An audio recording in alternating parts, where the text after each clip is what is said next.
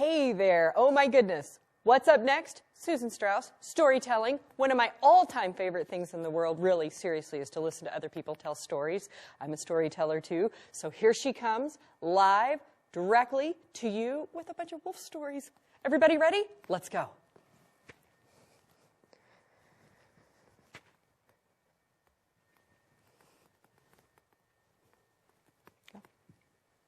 Hi, Susan. Good afternoon. Welcome to Sedona Wolf Week. Thank you for having me. Such a pleasure. Okay, so I just want to give a little introduction about my work, and then I would like to go into the telling of some wolf myths from around the world.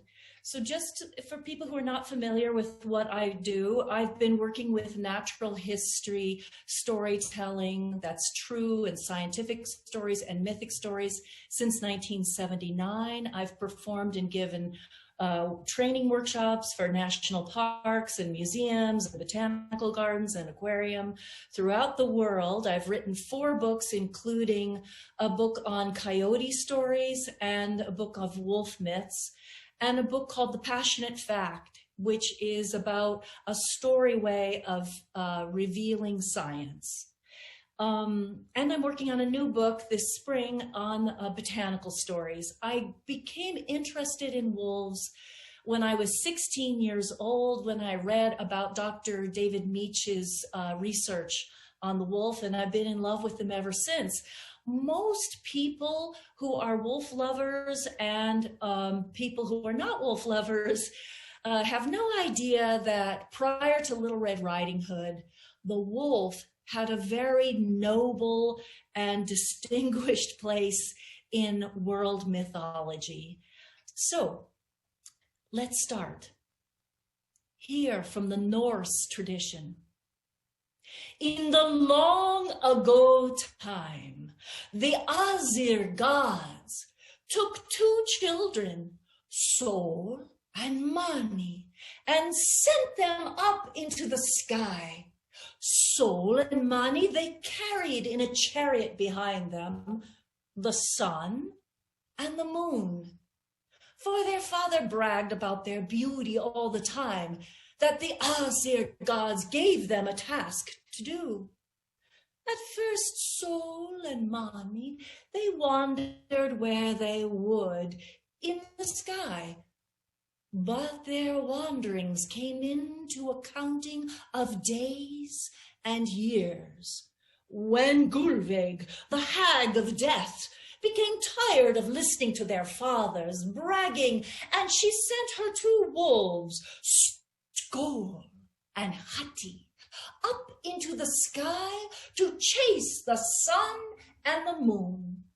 And now it is just because Skoll and Hati chased the sun and the moon that they fell into a counting of day and night, night and day, and winter, winter and summer, life and death, death and new life.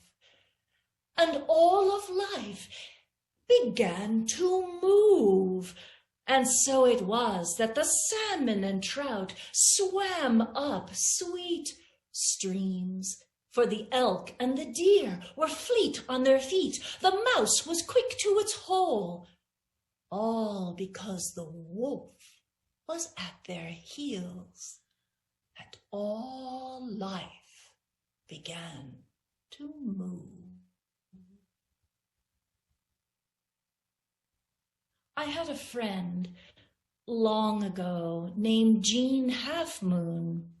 Jean was a Nez Perce person. She was raised on the Umatilla Reservation here in Oregon, and she was raised by her grandmother, whose name was White Wolf.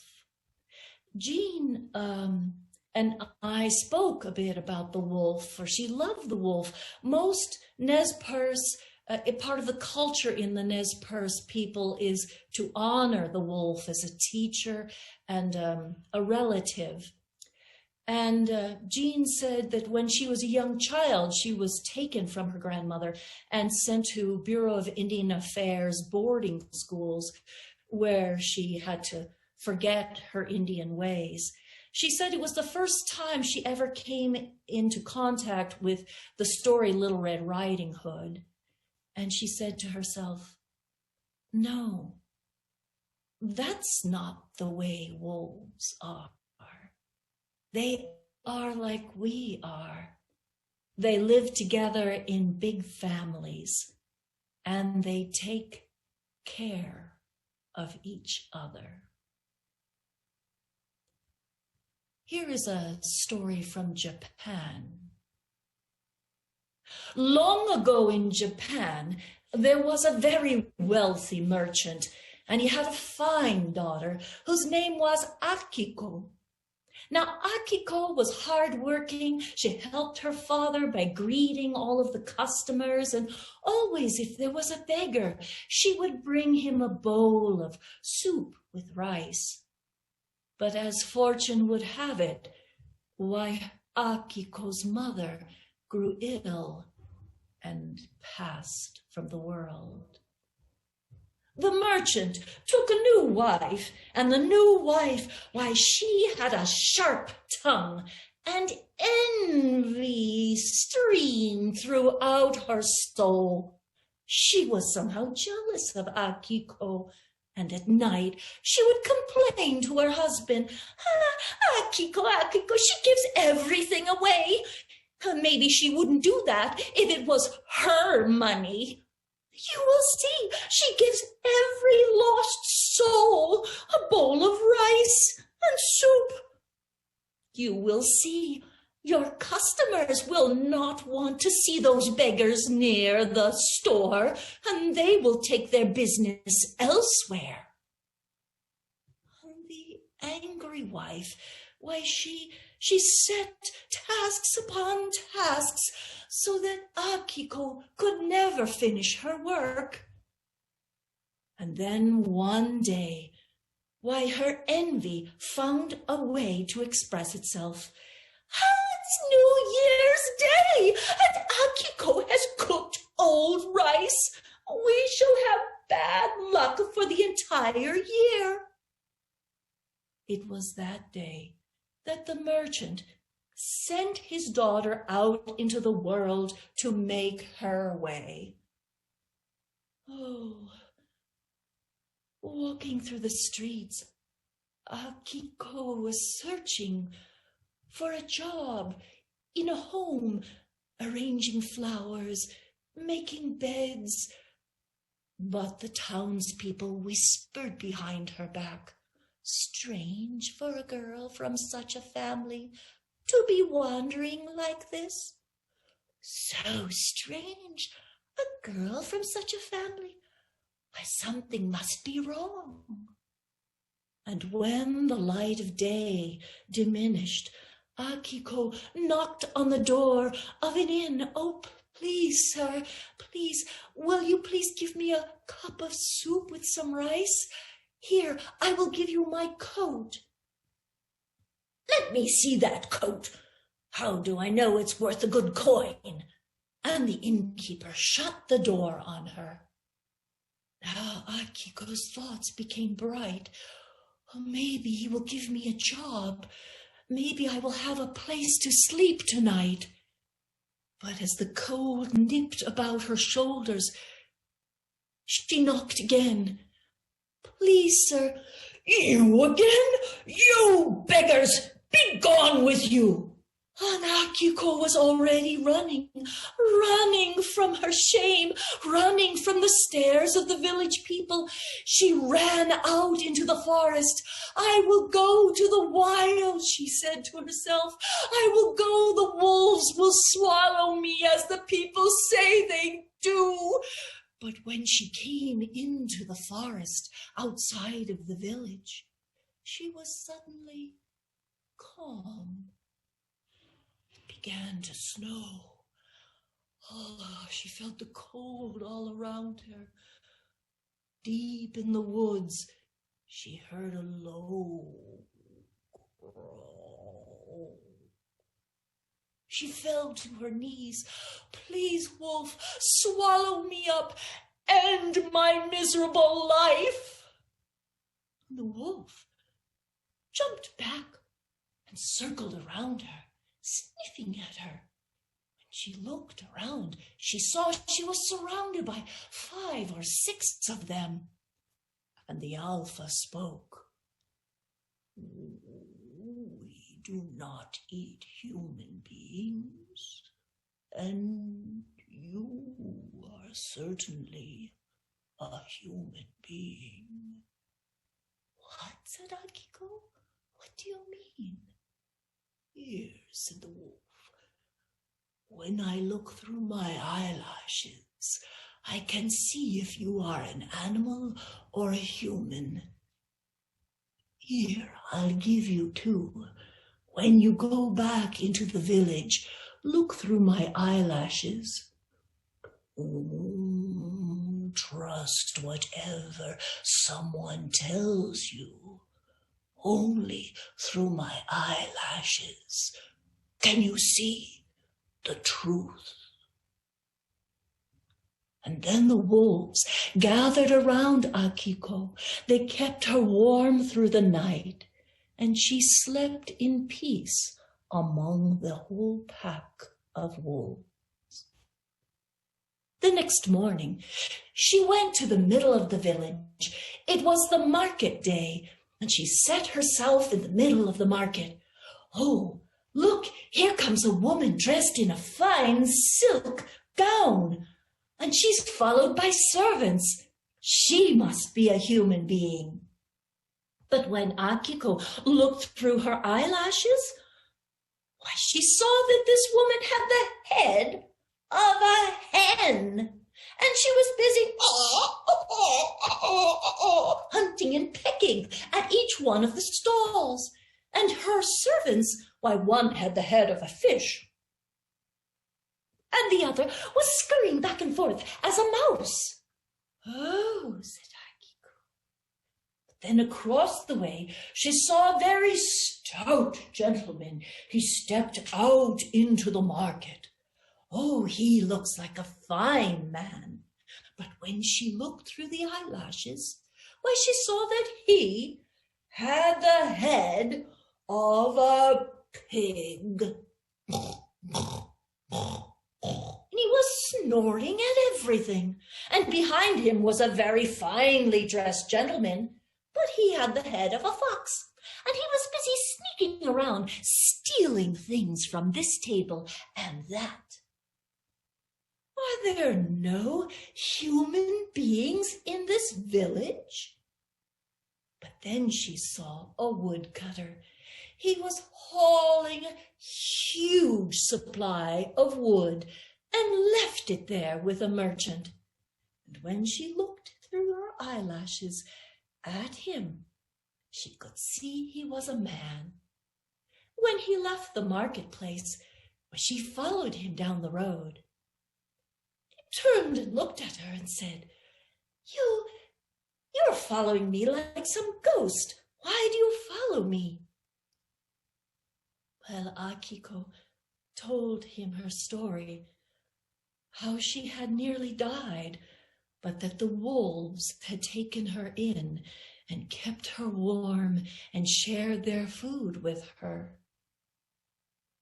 Why, the woodcutter felt so sorry for her. He took her home, and she worked with him, and together the 2 of them built a wonderful small inn. They served their customers a fine rice wine. In time, their business prospered. In time, they fell in love. And in time, they had a child. One day, an old beggar man came to their door. "Oh, please, a bowl of soup with rice." And Akiko brought one. "Oh, I do not deserve this good care. I had pushed out my own daughter years ago. She was as kind as you."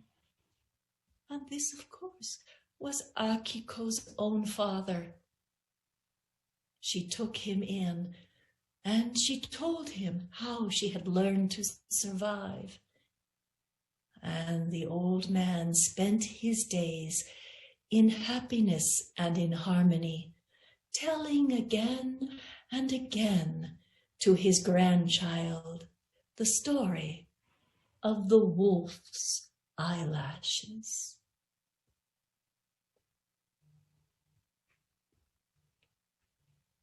Here is a story from the Pawnee. Now, the Pawnee were originally 4 different bands, and one of the bands of the Pawnee were called the Skidi Pawnee.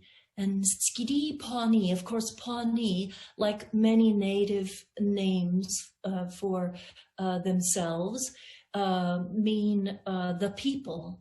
And Skidi Pawnee means the wolf people.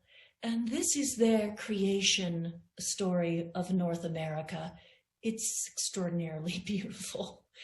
And it begins like this.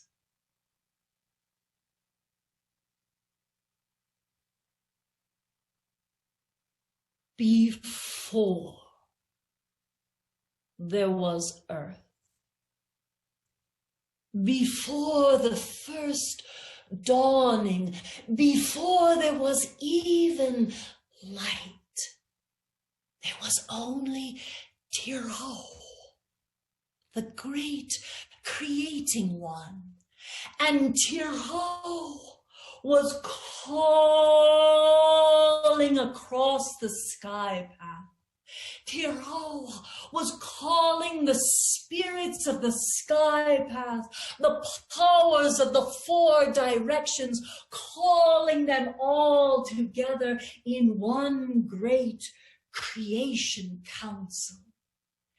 And there, as Tiro called them together, they, the spirits of the sky path, they began to sing, singing and shaking their rattles. And as they sang, why, great winds came whipping across the heavens, winds gathering clouds, clouds gathering in deep, dark pools. And there were the clouds gathered in these deep, dark pools. Tiro dropped a rose quartz pebble.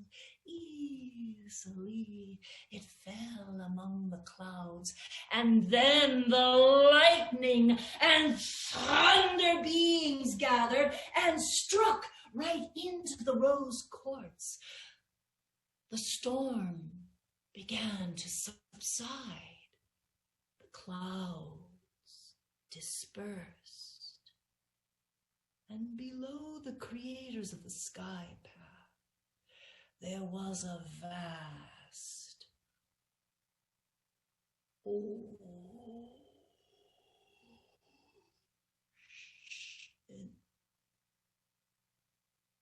And the powers of the 4 directions, they took their war clubs and they hit into these great waters, spilling up huge tidal waves, revealing the new lands of the earth. But it was not until the lightning and thunder beings gathered, not until the lightning and thunder beings gathered there and struck right into the earth, that there was new life in it. Now grasses and shrubs, trees began to sprout out of the earth. But it was not until the lightning and the thunder beings gathered and struck right into the trees that the trees could have life in them. And Tirawa knew that the waters of the world were not sweet enough to drink, And so again, Tirawa began to call across the sky path, calling the spirits of the sky path, the powers of the four directions, calling them all together in one great singing and shaking their rattles. And as the spirits of the sky path sang, why great winds were whipping across the heavens, and winds gathered deep, dark storm clouds and dug deep ravines through the solid earth, and the storm clouds poured their waters into these deep ravines. But it was not until the lightning and thunder beings gathered and struck right into these waters, and these rolling waters carried the sound of thunder within their rolling. Did Tirawa know these waters will be sweet to drink? Now on and on the creators had sung our world into existence. And then they sent thunder. Thunder was a great being.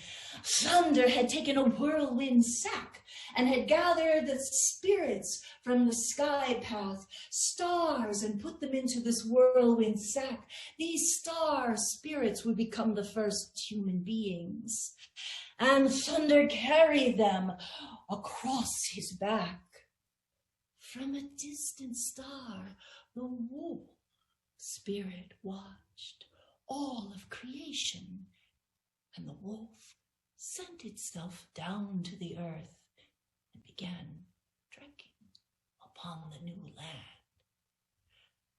Now, as thunder traveled over the land, his legs would stretch out like great lightning bolts, and wherever he stepped on the earth, in his blackened footprints, buffalo would come and run out across the plains.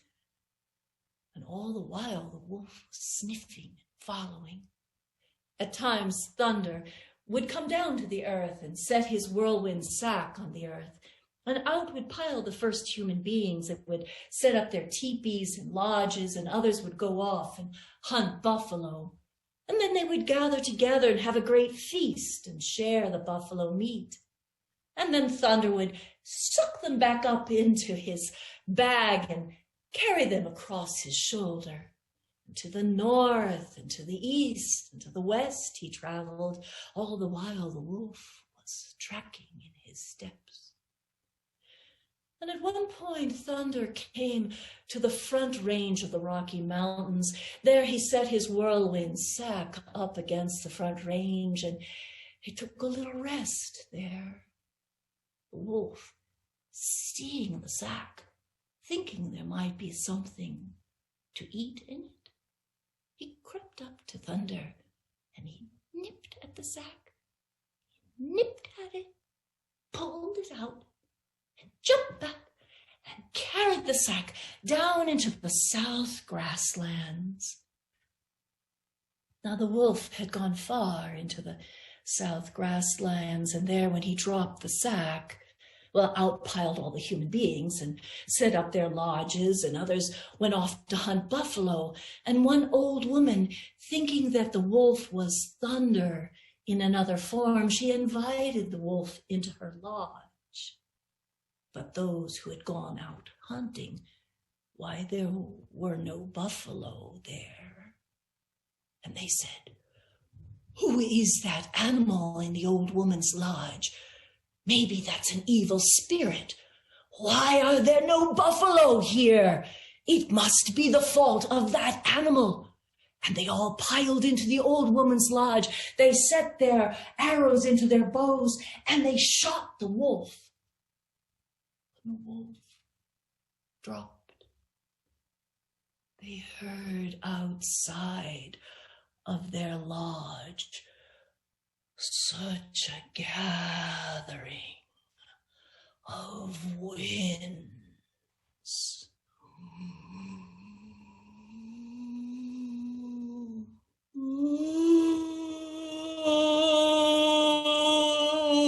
When they all piled outside, there was thunder above them. Oh, look what you have done. You have killed this animal you do not understand. Oh, now that you have killed this wolf, death will live in the world. I would have carried you forever. But now you will know death. And thunder told these first people to take the skin of this animal and make a sacred bundle, hang it in their lodge, facing to the North Star. And this would be a protector of all life. He then gave the people their name. He said, soon there will be many animals like this one, traveling all around. They will be called Skidak, wolf, and you, Skidi, Pawnee, wolf, people. For now, in your name and in death, you will always remember to honor the mysterious, the unknown.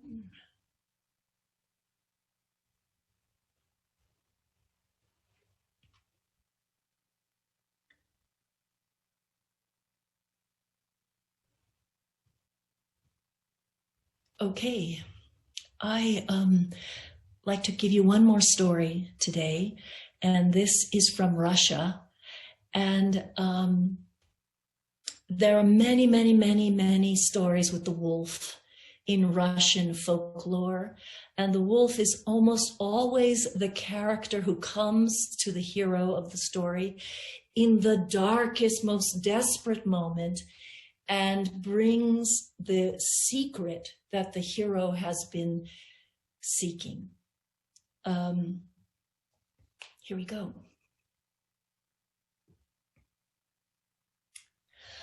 Long, long ago, in Russia, there lived a Tsar who had a magnificent garden. And now you might say, what was so magnificent about his garden? Well, he had a tree. What was so special about this tree? It was a tree that produced apples made of gold. A tree with golden apples. And every day the Tsar came and walked in his garden and admired his tree. But one day, of course, a few apples were gone. And every day he came back, a few more apples were gone.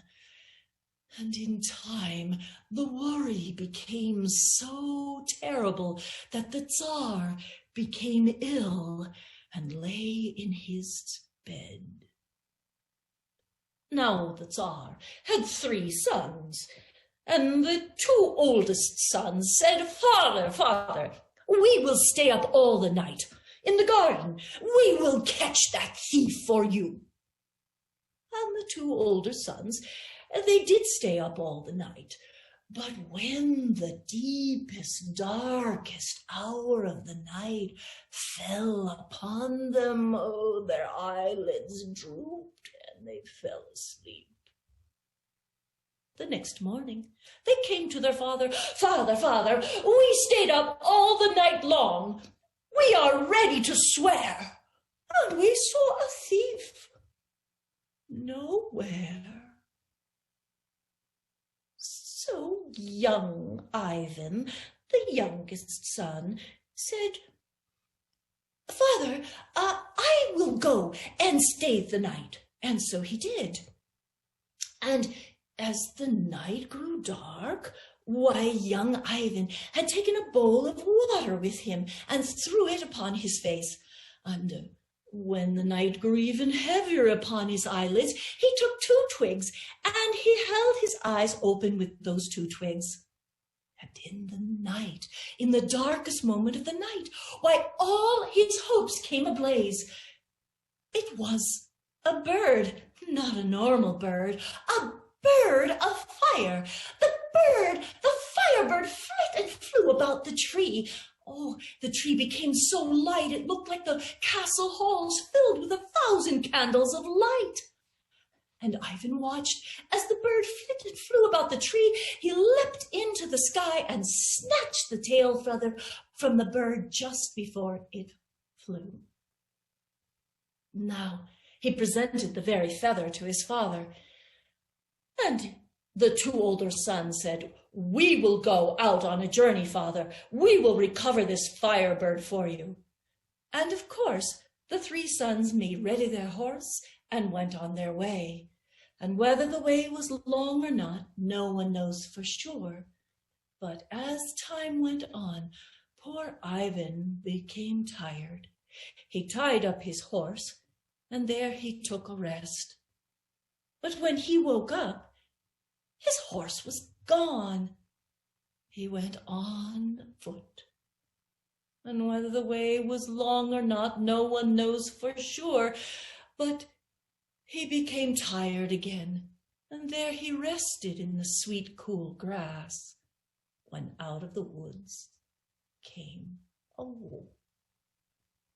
So, said the wolf, "sorry you are, and sorry you might stay." Well, Ivan told the wolf why he was so filled with sorrow. "I am trying to recover the Firebird from my father, and somebody took my horse, and..." "Ah," said the wolf, "I ate your horse, but you would have never found the Firebird on the back of your horse. Only I know where the Firebird lives. Climb upon my back."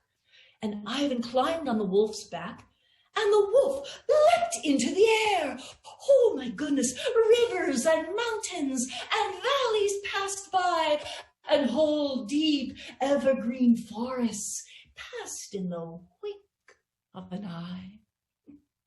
And there the wolf came down to the earth near a castle. Now I'm going to have to shorten this story because it's a Russian story. They're very long. And so the wolf brought Ivan to 3 castles. And every time he said, "When you get to the high tower and you find the Firebird, take the Firebird. Do not take its golden cage." And of course, Ivan, being the youngest and the fool, he took the Firebird, and then he said, "I would be a fool to leave that cage behind." And when he put his hands on the cage, why, the guards came and the trumpets blared, and he was going to be hung as a thief. But luckily, the one Tsar wanted what the next Tsar had, which was the horse with the golden mane. And that Tsar wanted what the next Tsar wanted, which was Elena the Fair. And each time the wolf would say, so sorry you are. Why don't you listen to what I say?" And each time Ivan didn't listen to the wolf, but he ended up in time getting more of these gifts. And the wolf, in the end, was the one who stole Elena the Fair because he could no longer trust Ivan to do it right. And then he said to Ivan, "Now I cannot travel any further with you, not any further to your father's home. But mind you, when you come to a crossing of roads, mind you Whoever you meet there, you don't tell them of your good fortune.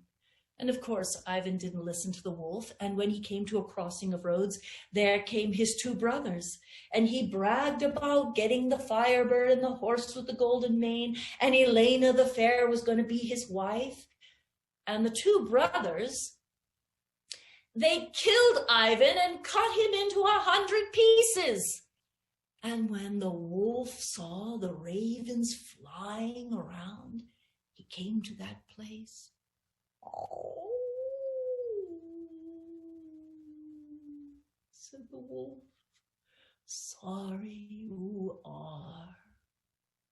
And the wolf leapt into the air and snatched a raven. For where the raven goes, so goes the wolf.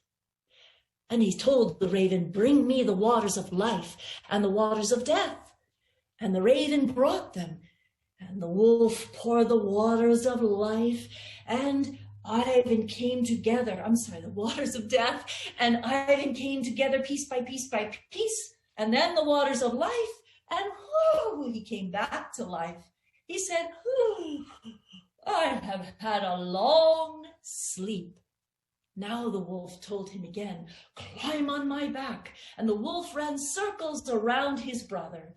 And so it was Ivan could go home and bring to his father the Firebird, the horse with the golden mane, and his wife, Elena the fair.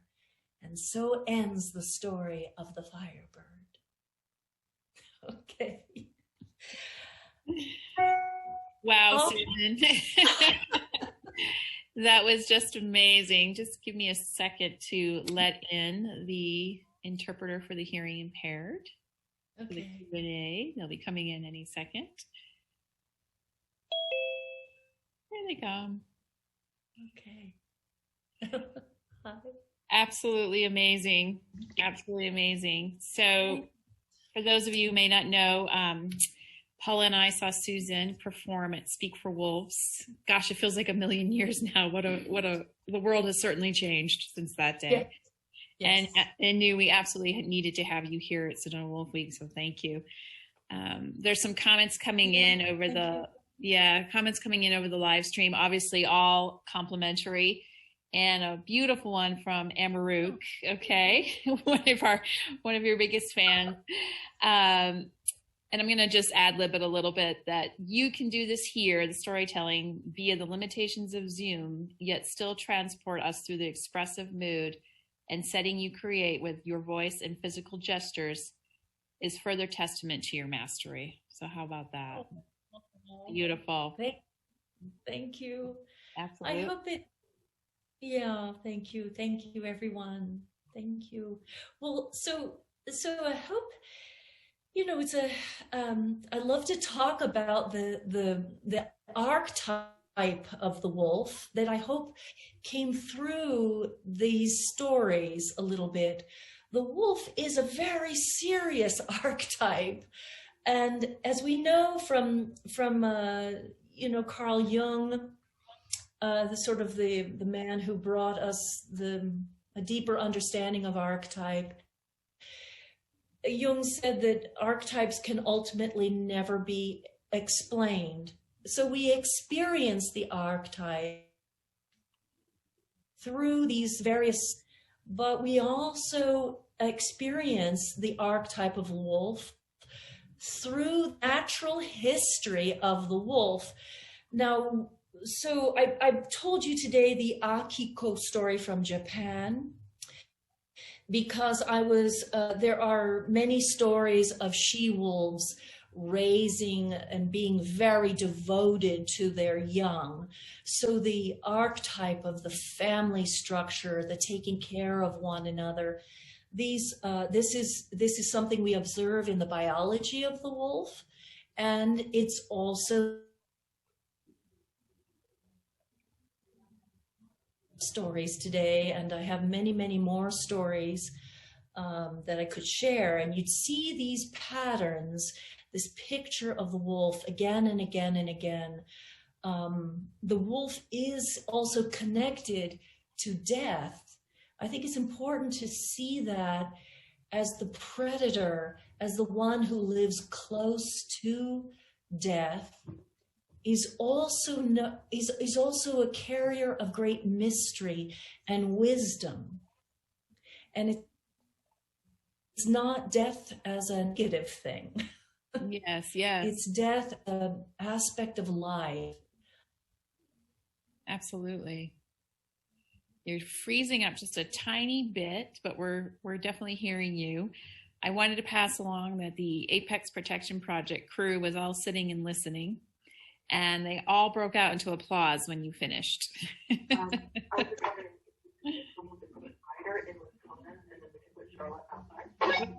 It looks like we might have lost Susan. She seems to be frozen, but that's okay. We're going to list her CDs in the comments of the Facebook. So everyone, please, if you can, take a look at those and purchase one. As Emma Roop says, they're perfect for long car rides. And I didn't get a chance to introduce Caroline because we went straight into Q&A. So thank you, Caroline, from Apex Protection Project, for helping us with the interpretation for the hearing impaired. And we will see all of you very shortly for our big happy hour event with Doug, Rick, and Carter.